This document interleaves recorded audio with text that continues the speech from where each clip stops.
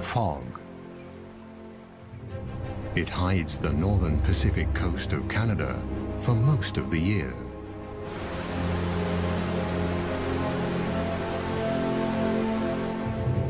This is the Great Bear Rainforest, a forest full of mysteries and wild creatures.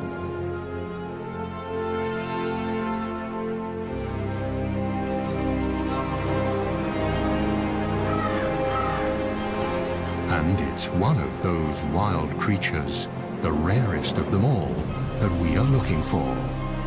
Mochkmo, the spirit bear.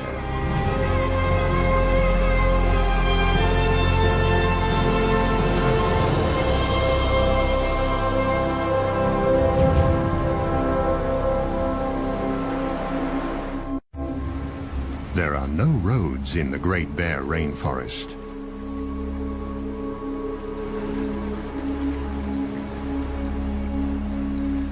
This labyrinth of islands is best accessible by boat. These people, scientists, have to approach this rugged coastline from the water to reach the unique temperate rainforest and discover the secrets it holds.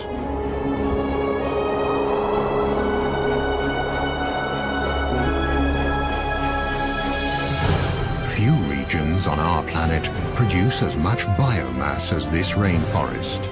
It's the world's largest and most productive temperate rainforest and thrives along the west coast of Canada, a vast 300-mile-long expanse of fjords and islands along the North Pacific.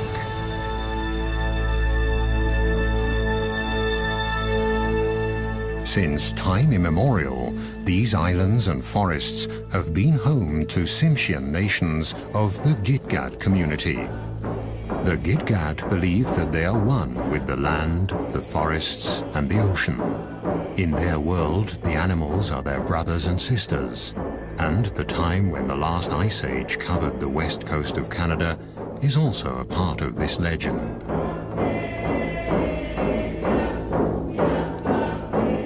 Raven, the creator, wanted to leave a memento of the Ice Age, and so he decided that every 10th bear should have white fur.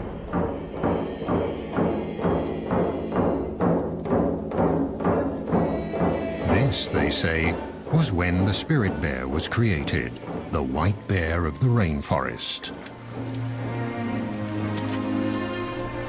To this day, these bears live deep in the forests, on the islands and along the wild rivers of the northern British Columbia coast. Only very few people have been lucky enough to catch sight of one.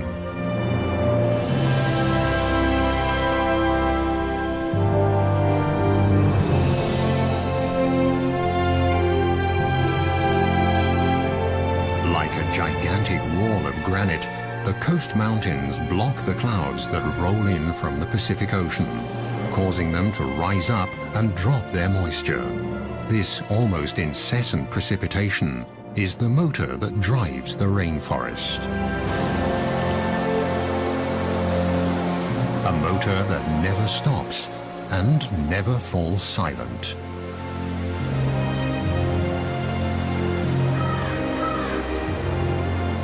Everything in the rainforest, the rocks, the living and dead trees, are covered with a thick growth of mosses that have an important task.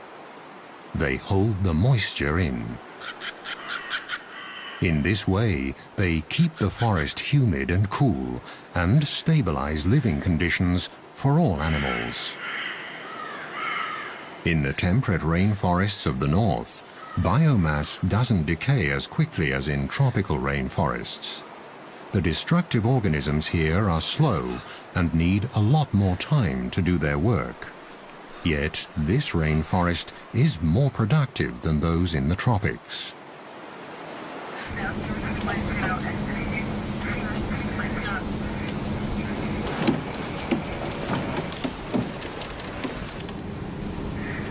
In this remote region, It isn't easy to do research or even travel at all.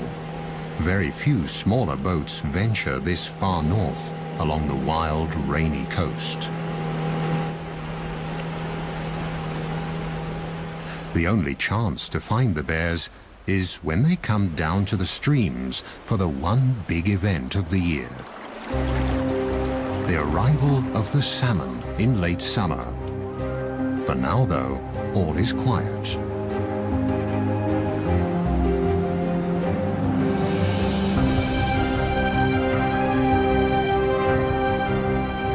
Is this the quiet before the storm?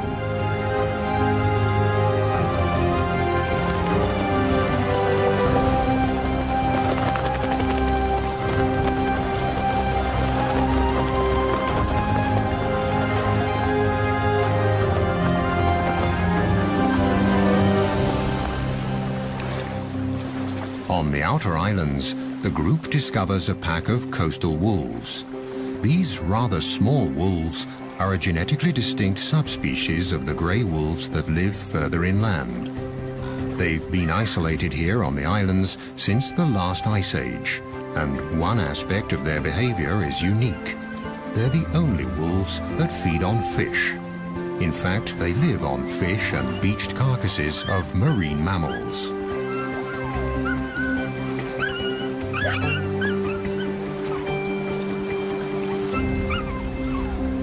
Food that also attracts other hungry visitors.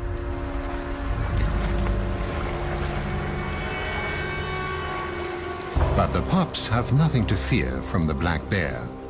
During the spring and summer months, the bears eat berries and grass, and they move slowly to save energy because there are not enough nutrients in the grass to help them gain weight. The river otters living on these islands have also adapted to the salt water. The bear is no threat to them either. They're quick and clever.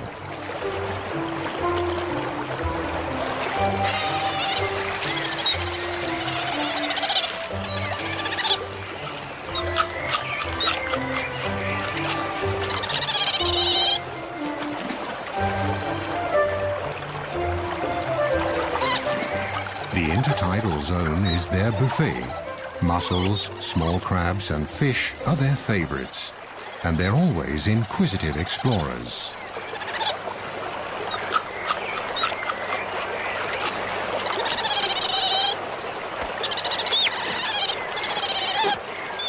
The ravens, the heralds of the rainforest, announce a visitor.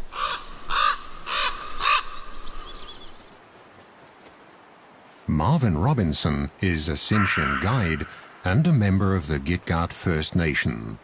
He's also looking for the salmon and the bears, the secret spirit bears. This forest means a lot for me. Like about 18 years ago, this is the very spot that I've seen my first spirit bear. So prior to that, it was all hush-hush about this bear, the sacred bear really to us. And we weren't even allowed to talk about it anytime. We were told to keep quiet. If we seen one, don't tell nobody. It was a special treat to whoever got to see one. You know, there was very few that got to see one of these rare bears. And ever since I started, we've found some really special places that we keep to ourselves.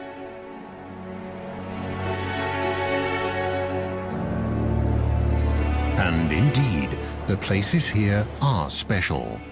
On the outer islands, waves and winter storms have created magical beaches.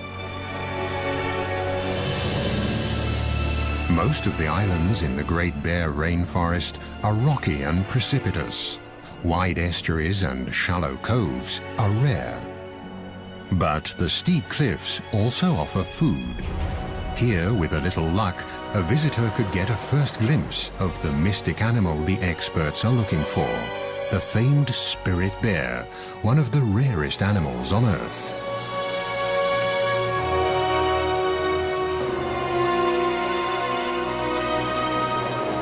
The bear's prey is glued to the rocks in the intertidal zone. Barnacles grow in the cold waters of the North Pacific, and at high tide, when they're covered with water, they look almost like animals from another world.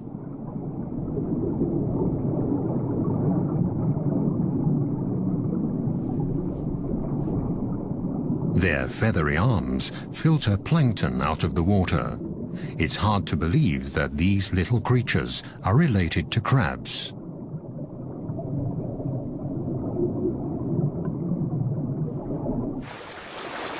This bear's barnacle hunting shows again how important the ocean is for the nourishment of the forest dwellers.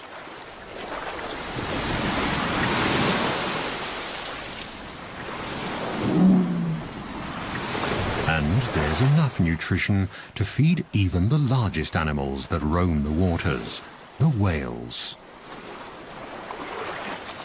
At low tide, barnacles and mussels are exposed along the rocky shores.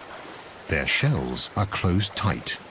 For the spirit bear, detaching them from the rocks is no problem, and the reward is a very tasty snack.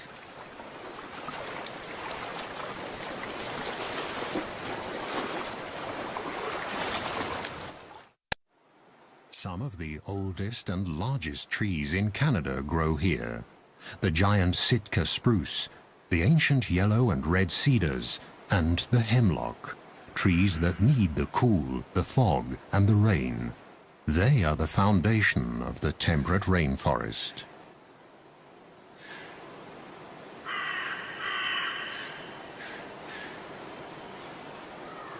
In August, the sweet fragrance of ripening berries wafts through the forest. Bright red huckleberries, elderberries, salal and blueberries, and many others grow in abundance.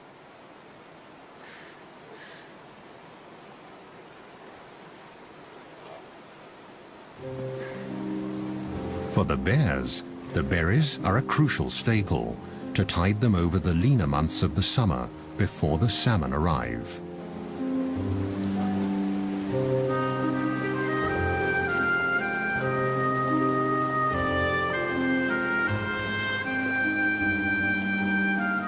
The spirit or Kermode bears are not albinos, but white black bears, a mutation that probably dates back to the last ice age.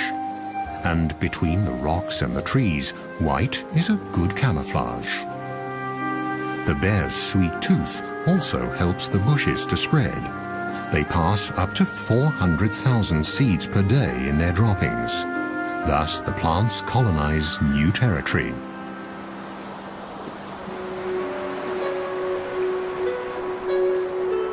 In the temperate rainforest, fog can cover the land in a grey veil within minutes. And it can plunge a sunny landscape into deep gloom. Along the mainland coast, the islands of the Great Bear Rainforest lie close together. At high tide, millions of gallons of nutrient-rich salt water rush inland through the narrow channels to flow back out at low tide, thus linking the ocean and the land. The currents sweep along everything in their path, creating a rich broth full of life.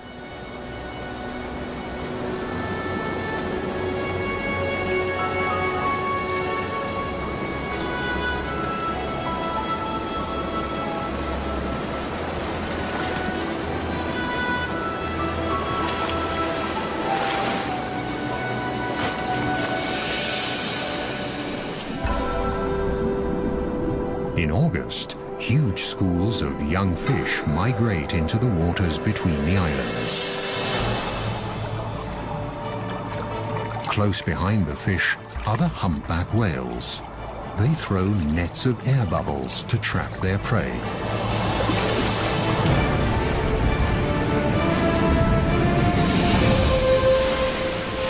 Success. Thousands of fish are caught in their gigantic mouths. Their balleens filter krill and fish out of the water. Again and again, the whales will feed for days. But Mother Nature is prepared and sends a constant stream of fish north along the coast and into the archipelago of the Great Bear Rainforest. They all get their share, large and small, young and old. This is the land of milk and honey, the Galapagos of the north. The productive zone extends far below the water. The species here are not as numerous and varied as in a tropical coral reef, but the vibrant colors and the sheer size of the underwater organisms can easily measure up to the tropics. Deeper down, among colorful mollusks and cold water corals, the ocean harbors another secret of this region, a life form from the age of the dinosaurs, a glass sponge. The intricate and beautiful structures of this 300-million-year-old organism are made of glass and very fragile. The rivers and streams of the Great Bear Rainforest wash sediment into the ocean constantly, and the nutrients slowly sink down and feed the coral. Its red branches that can thrive in this 6-degree cold water are the perfect hideout for small crabs and fish.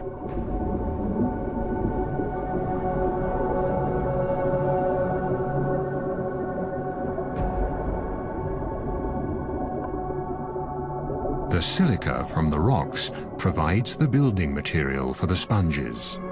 With a little help in the form of sand and water, they can make glass. There are even whole glass reefs on the continental shelf, about 600 to 1,000 feet below the surface.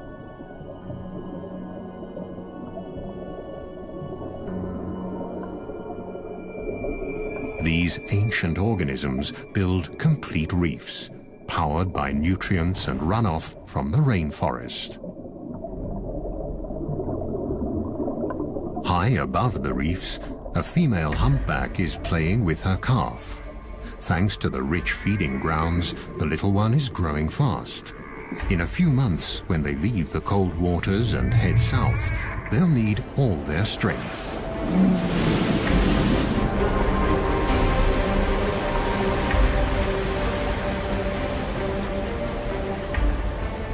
The mother breaches, a behavior that can be seen quite often here.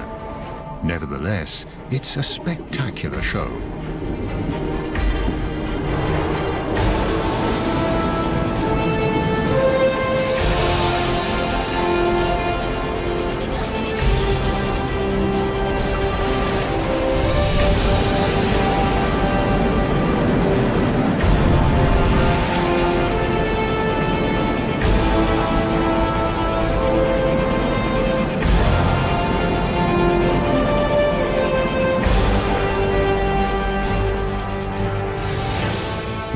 The beginning of September, and the fish run that all the animals here are anxiously waiting for is approaching.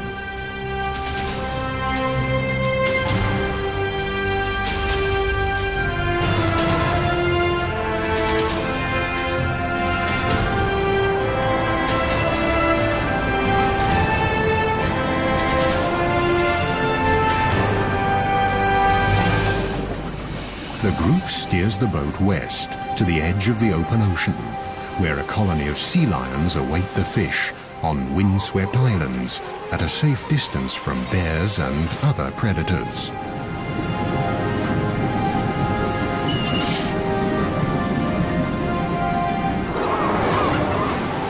The Steller sea lions are the largest of the eared seals. They're an endangered species that lives on the rugged outermost islands along the Pacific coast.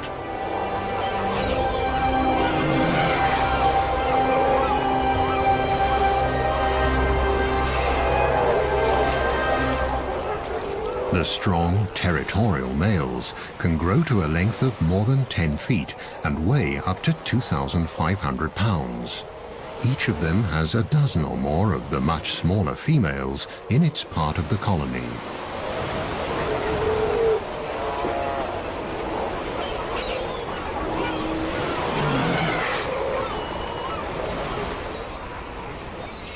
Since the 1970s, their numbers have plummeted, and scientists have yet to find out why. Overfishing of the Gulf of Alaska could be one of the reasons.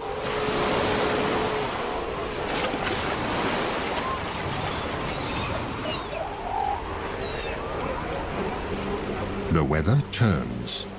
The first heavy rain of approaching autumn triggers the epic fish run. After 2 years in the ocean, the salmon are now returning to their birth streams.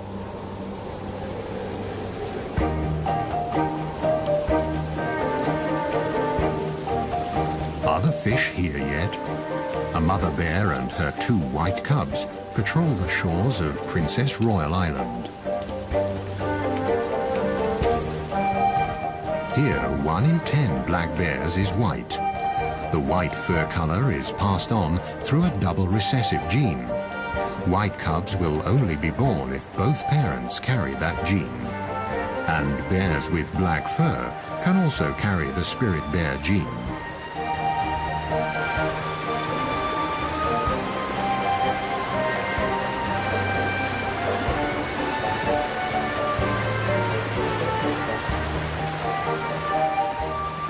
Eagles and river otters are the first to discover the approaching salmon run, which they are awaiting impatiently at the mouth of the river.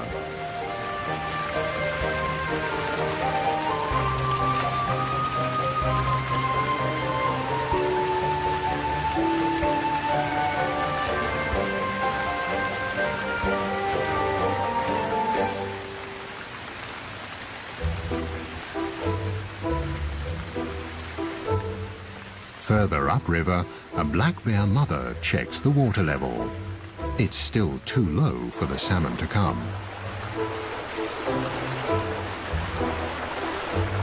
This little bear will see the salmon run for the first time in his life.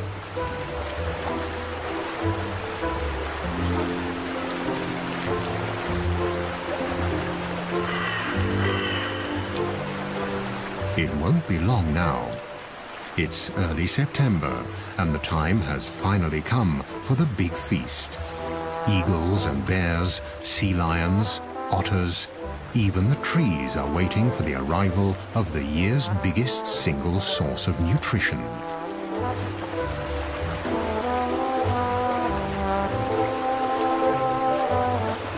And the big feast will also complete the yearly cycle. Shortly afterwards, the bears will start looking for winter dens.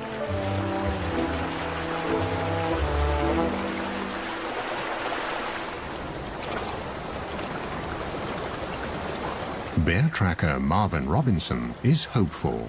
The rivers are rising. He's checking for clues on the islands as well as on the mainland.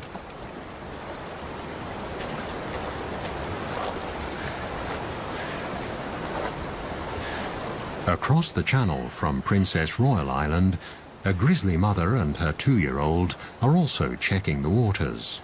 Grizzly bears live on the mainland, leaving the islands to the black bears.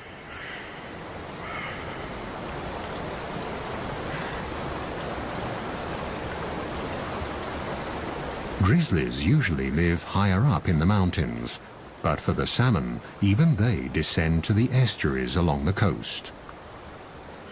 Marvin is concerned. The rains came late. He hopes the salmon run won't be affected.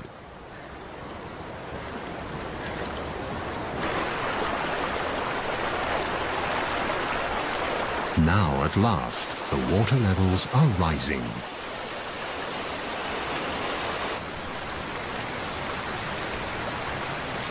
The grizzlies use the waiting time to stock up on sugar, trying to pull the last crab apples off the trees along the riverbanks.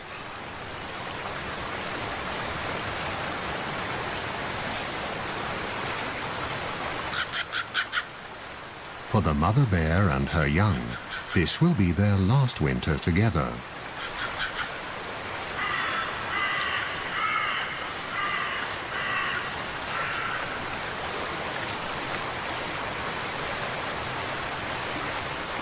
If she can fatten up enough for the winter, she'll have a new cub next spring. But if the salmon run isn't good enough, she'll reabsorb the already incubated egg in her womb during hibernation. Still no salmon, but now the autumn rains have really picked up. This region gets an incredible 4,500 millimeters of precipitation per year. That's 4 times the rainfall of a wet city like Vancouver, further south along the coast. This is a true rainforest. Autumn has arrived, and the first geese are migrating.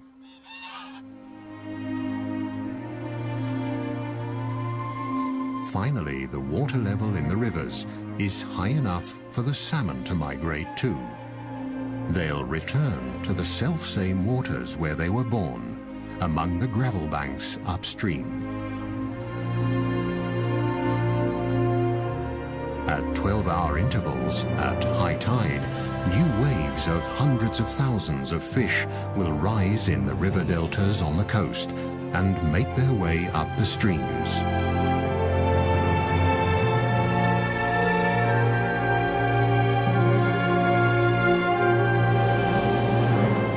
The clear waters of the wild streams along the northern coast of British Columbia are the habitat the salmon need to reproduce. In this fish run, humpback and silver salmon are returning, swimming up the rivers until they taste their birth waters.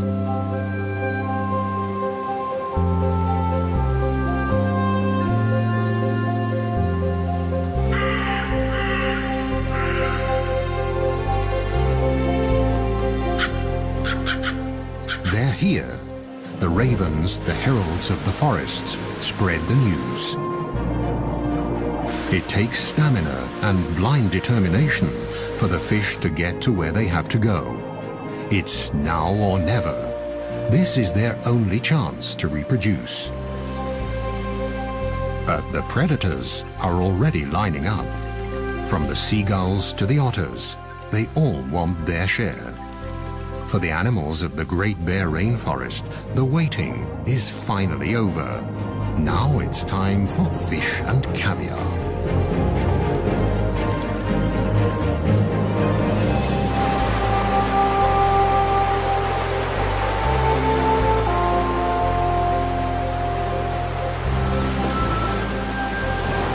The fish that don't make it are swept away by the raging current, ending up on the rocks and in the kelp of the intertidal zone, right at the feet of the waiting bald eagle. Its sharp beak is perfect for tearing up fish.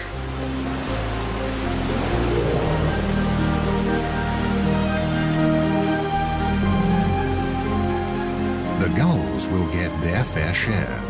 But here on the Rain Coast, the bald eagle is the true king of the skies.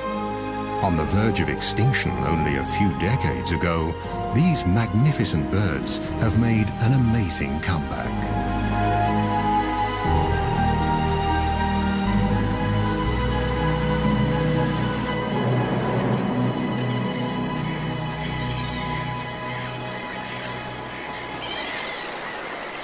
On a bank in the stream, the raven patiently waits for the black bear to finish his breakfast. Without the bear, he wouldn't be able to get to the food. The skin of the fish is simply too thick.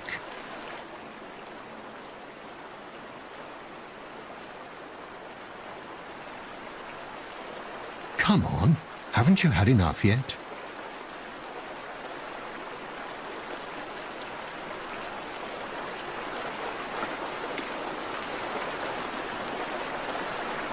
One salmon that never fulfilled his reproductive destiny. He died on the home straight. The coastal wolves are also joining in the feast. The estuaries are now full of fish.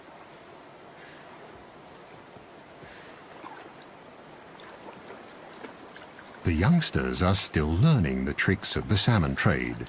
They follow their mother, and she tries to teach them. But for them, catching fish is still a game.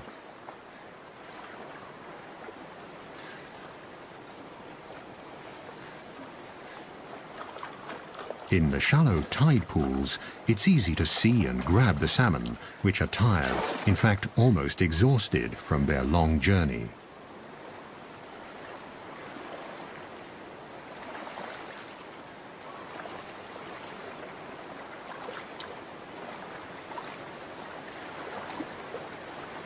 The death of this fish seems futile. There are so many of them, easy prey for the hunters. But it's not the individual fate that counts here. With their sheer numbers, the salmon feed the whole ecosystem.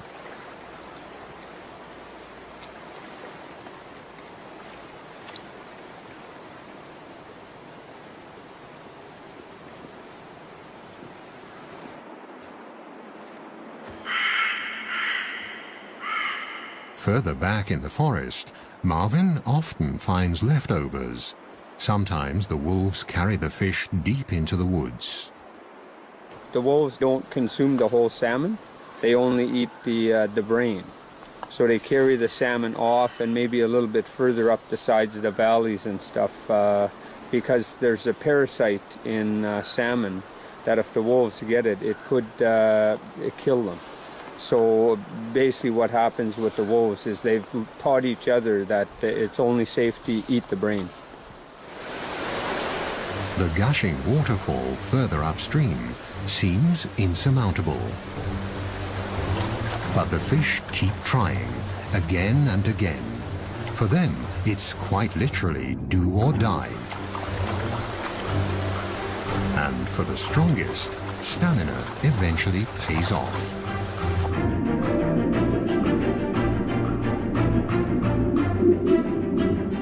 This salmon was born here 3 years ago. Now it has returned to its birthplace to spawn, in perfect sync with all the others of its generation.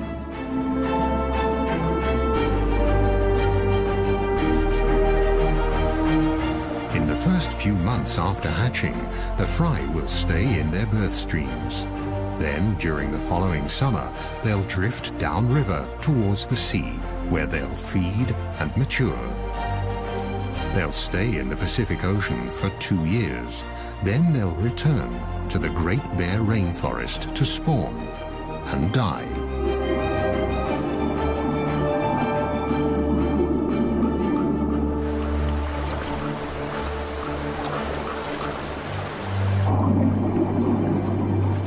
In a rush of hormones and wild abandon, the fish become oblivious to their surroundings and their predators.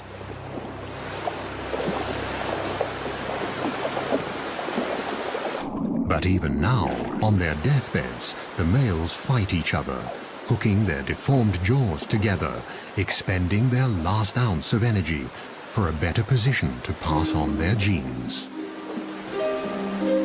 The unique cycle of life in the temperate rainforest will be completed once again, as it has been every year since time immemorial. The gulls and all the other animals of the coast are the lucky beneficiaries.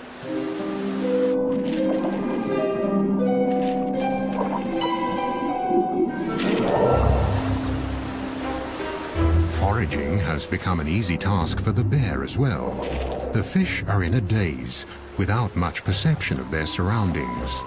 They'll only react when the paw almost touches them, and jump is not an option anyway.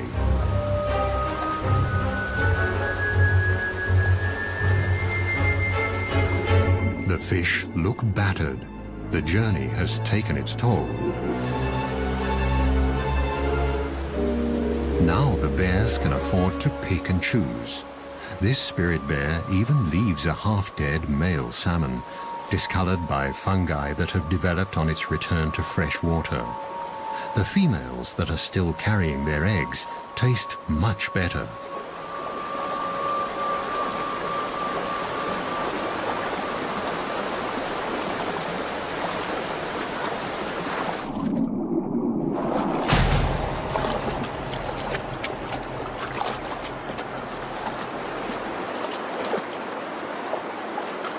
During the 10 days of this salmon run, every bear and every wolf will each carry about 1,600 fish off into the woods.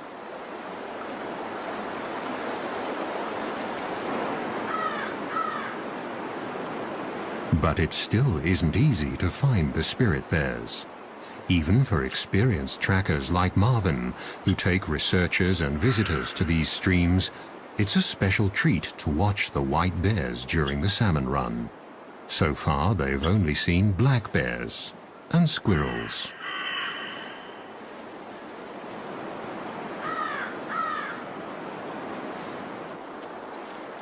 But they can watch various other animals and their behavior during the run.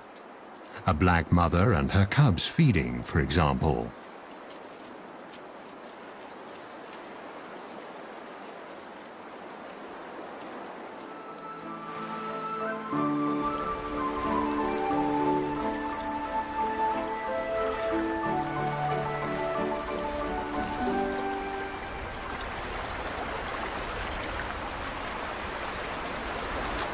Let's see how to get to the fish. In the crystal clear water, they're easy to see, and they seem tired enough, so they should be easy prey.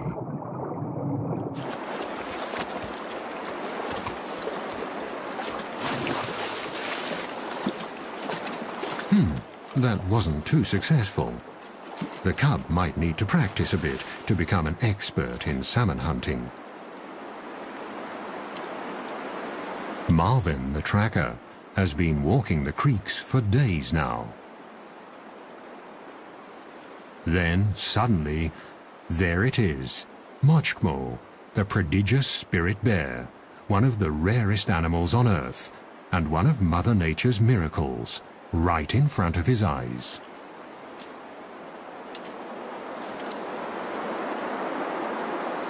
According to a scientific study, their white fur could give the Kermode bears a slight advantage in catching fish. To a salmon, the fur might look similar to a white cloud. A black shape would be more threatening. Marvin prefers to believe the legends, that the fur is a memento of the Ice Age. And the cloud hypothesis isn't proven anyway. In lean years, the white fur might make a difference. But at the peak of a good salmon run, no bear, whatever its color, has any difficulty catching fish. The bears almost work themselves into a feeding frenzy. During the rest of the year, the white and black bears rarely mingle. But now they all converge at the prime spots on the streams.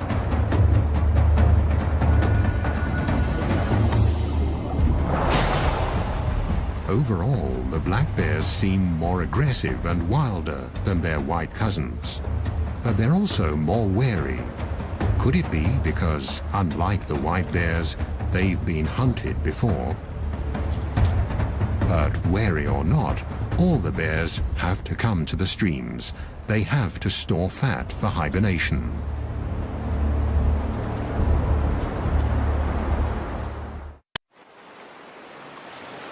There has been enough fish here for man and beast for thousands of years. For the Great Bear Rainforest, it's a matter of survival.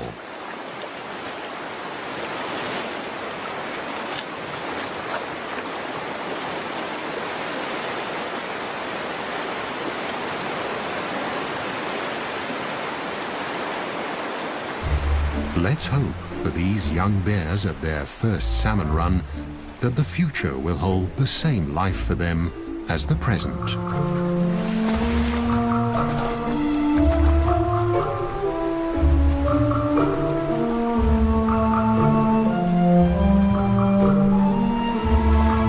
According to native law, the black bears discriminate against their white siblings. When they meet, it's usually the white bear that backs off, even if it's larger.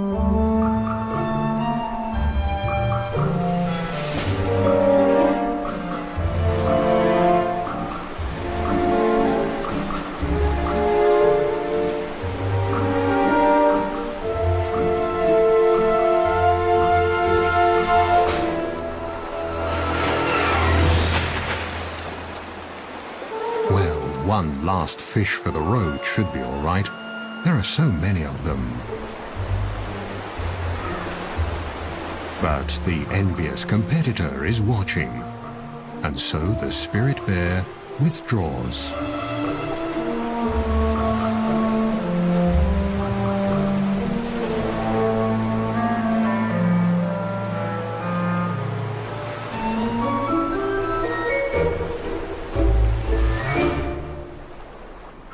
The bears often prefer to eat their fish in the quiet of the forest.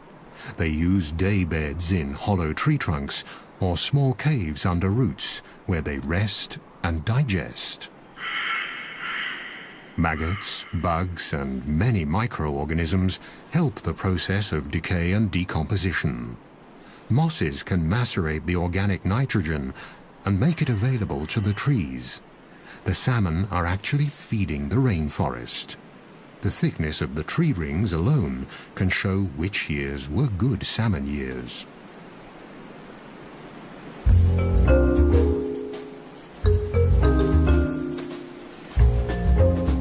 Just a few weeks later, autumn sets in. The salmon run is over, but the forest and its animals have gathered crucial reserves and strength for the winter. Now it's time for some of the smaller ones to stash away seeds and other winter provisions.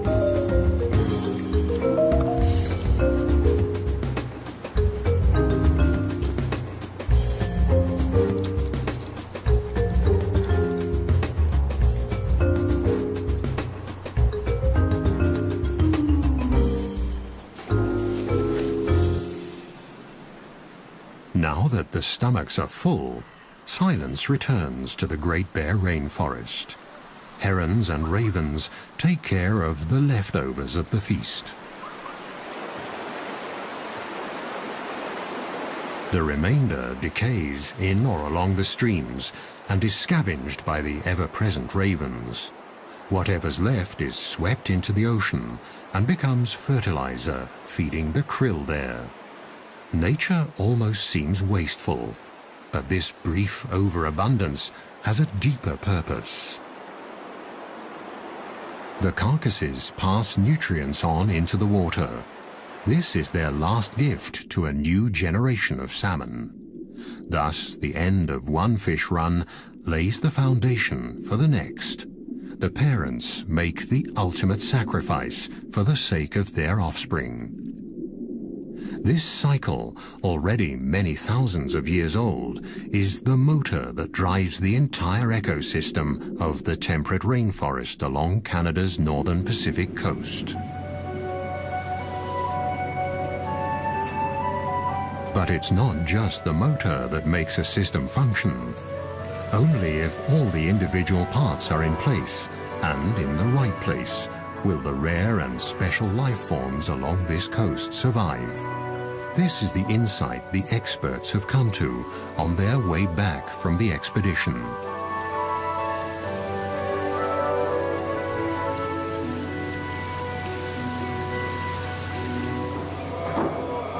It's a lesson the people of the rainforest learned a long time ago.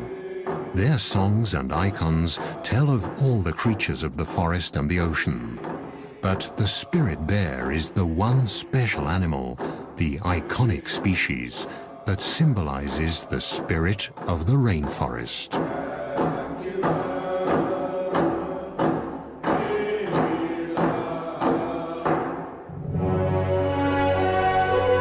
The freshwater streams and the mountains, the forest and the ocean, the winds, the plants and the animals, they all had to play their parts just right so that this temperate rainforest of Canada's northern Pacific coast could develop over thousands of years. It's a system that needs to stay intact, because only then will Mochkmo, the spirit bear, have a home for the future.